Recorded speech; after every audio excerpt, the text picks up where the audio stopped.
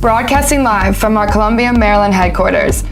They are founders of Hard Money Bankers, REI 360, and are international bestsellers with their book, The Whiteboard. Here are Jason Balin and Chris Haddon. Hey everyone, Chris Haddon, Jason Balin, co-founders of HardMoneyBankers.com and REI360.net, here with our weekly show from our office in Columbia, Maryland. Today we're talking about providing unexpected value for your clients. And I'll tell you what I mean by unexpected. We aren't talking about doing your normal job. We're not talking about your job description, whatever area of real estate or other professions you might be in. We're talking about the things that really have nothing to do with the transaction. That's why we call it unexpected. That's the things that really jump out at people that they notice. If you're just doing a good job at your job, super. That's just, like the price of admission. That's the basis. That's the bare minimum. If you're good at customer service, great. Yeah, and I think people take that idea too far, honestly, that they just have to be way over the top with some level of customer service as if that does more. But there's like they say, a minimum effective dose. Like, you do the job that's necessary, and that's what you're supposed to do. Like, you don't need to be babysitting your clients' kids. You don't need to be driving over to their house at midnight to do something. That's not what I'm talking about. I'm talking about providing value. I don't know many people that do that, but maybe some real estate agents. Real estate agents are always beating that drum of over the top customer service. That's not what we're talking about. We're talking about outside the transaction. Agreed. How can you provide some value for some people that you're not looking for anything in return? Sure. Outside the transaction is probably the key word. We all have to do a good job in the business that we're in. We have to provide the value to our clients, or you're not going to get any more business from them. So, but I think we know a lot of examples of some folks, especially in the real estate industry, because that's the industry that we spend a lot of time in. What's something you've seen that has jumped out to you as being providing more value than what a person has? Got it. So I know this one real estate investor. We do some deals with him. We've done some loans with him, and he's always at every real estate investment association group. He's at our meetup group he comes to sometimes. He's at other RIA groups, and I've talked to him several times because I've had lunch with him. We became friendly with him over the years, and he told me straight up. He's like, listen, I want to help all these real estate investors as much as I can do business, as much as I can. A newer investor, an experienced investor, I want to be there. I want to help them if they have questions related to construction. I want to help them if they have a creative deal that they're not sure how to get, if they need help negotiating with a seller. I'm not expecting, and I think a key part of this, I'm not expecting anything in return from them, but I know I will get something in return from them. Eventually, because it's going to get to the point that they need help with a deal that they just can't do, and he can help them with it, and he can hold their hand through the transaction, but they need someone to maybe buy it from him, or they need someone to maybe help with a contractor, and he's going to be there. He's going to be there to help them. So he knows in return that if he provides a lot of value for his peers, for his fellow real estate investors, that in return, that'll circle back. And he's not expecting it to circle back, but we all know that it will. And that is a big, thing for him to do. He's going way out of his way. He's the top guy in the room. It's hard to be the top guy in the room with a bunch of industry people, because that's what you're going to be doing, is just giving value. And if that's your goal, that's a good thing. But he's not learning anything. A lot of it's based on education. He's not learning anything there. He's not he has different goals than everyone else there. So that is a big thing to do. And I think that we've kind of indirectly tried to start doing that more as well. And I think some of it was, if we can provide a lot of value, we know that someone will turn, we've heard ourselves say this, if we can provide a lot of value, do free meetup groups, help people, we know in return we'll get a loan out of them.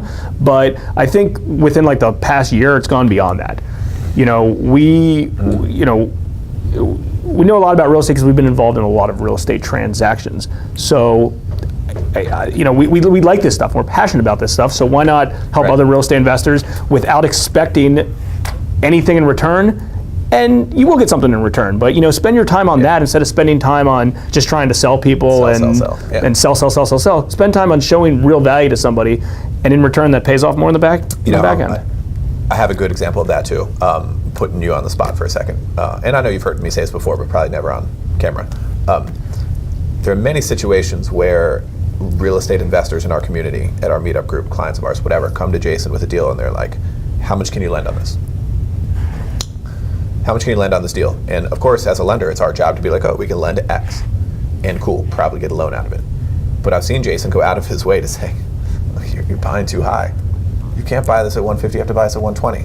He could easily quote the deal and probably get it, and we close a transaction and get paid next week. Could easily do that. It's right there. But to, in essence, like, put the kibosh on the whole transaction and to shut the whole thing down and saying that you're buy too high and not get paid and provide value in that way, knowing, one, that it's just the right thing to do, probably. Sure. Many people wouldn't do it, but it'd say that it's the right thing.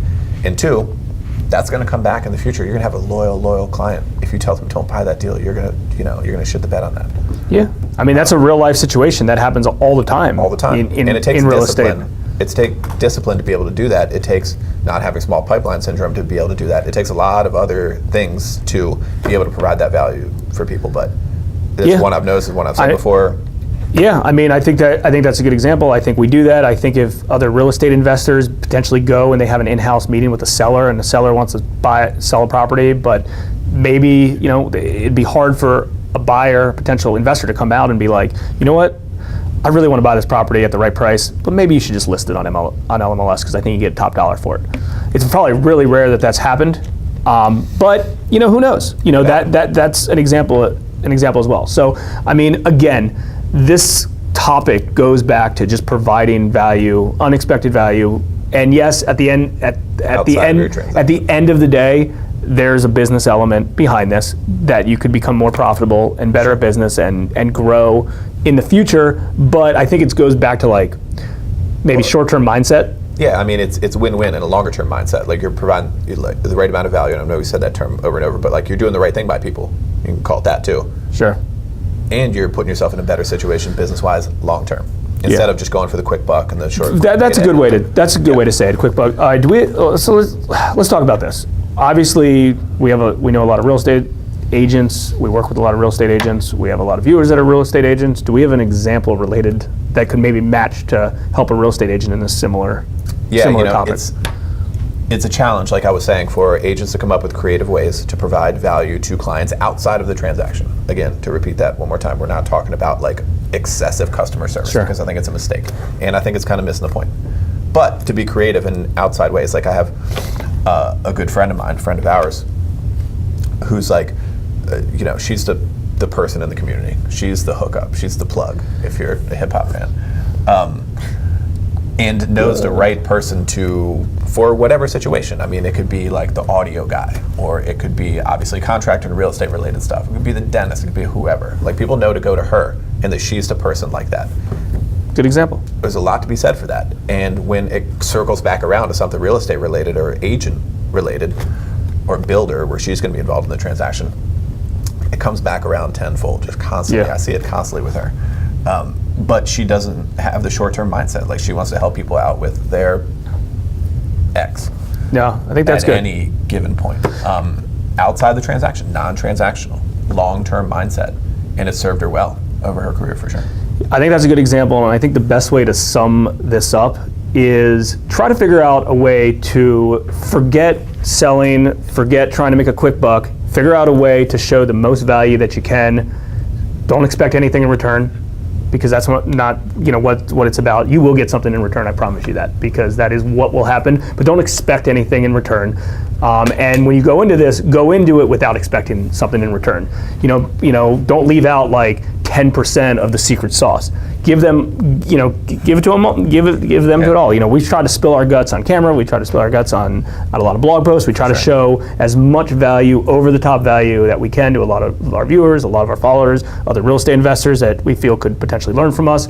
So if you're, a real estate investor, real estate professional, realtor, entrepreneur, anyone who's listening, really think about what you can do to take it to the next level and just show as much value as you can. Be honest, even if you don't get anything out of it financially, you'll feel good about it. So, I like it. Cool. Comment below if you have anything related to this, any questions, any topics, any examples that you're currently doing. Yeah, like a creative way in which you showed value to someone, and it could be your business world or whatever. Let us know, because they're not easy to come up with, and maybe that can help out someone else. Exactly. Just by providing additional value about providing value. Exactly. Hope you enjoyed this topic. Like, share, subscribe. all those other good things on social. Comment below if you need anything. We're here. Thanks again.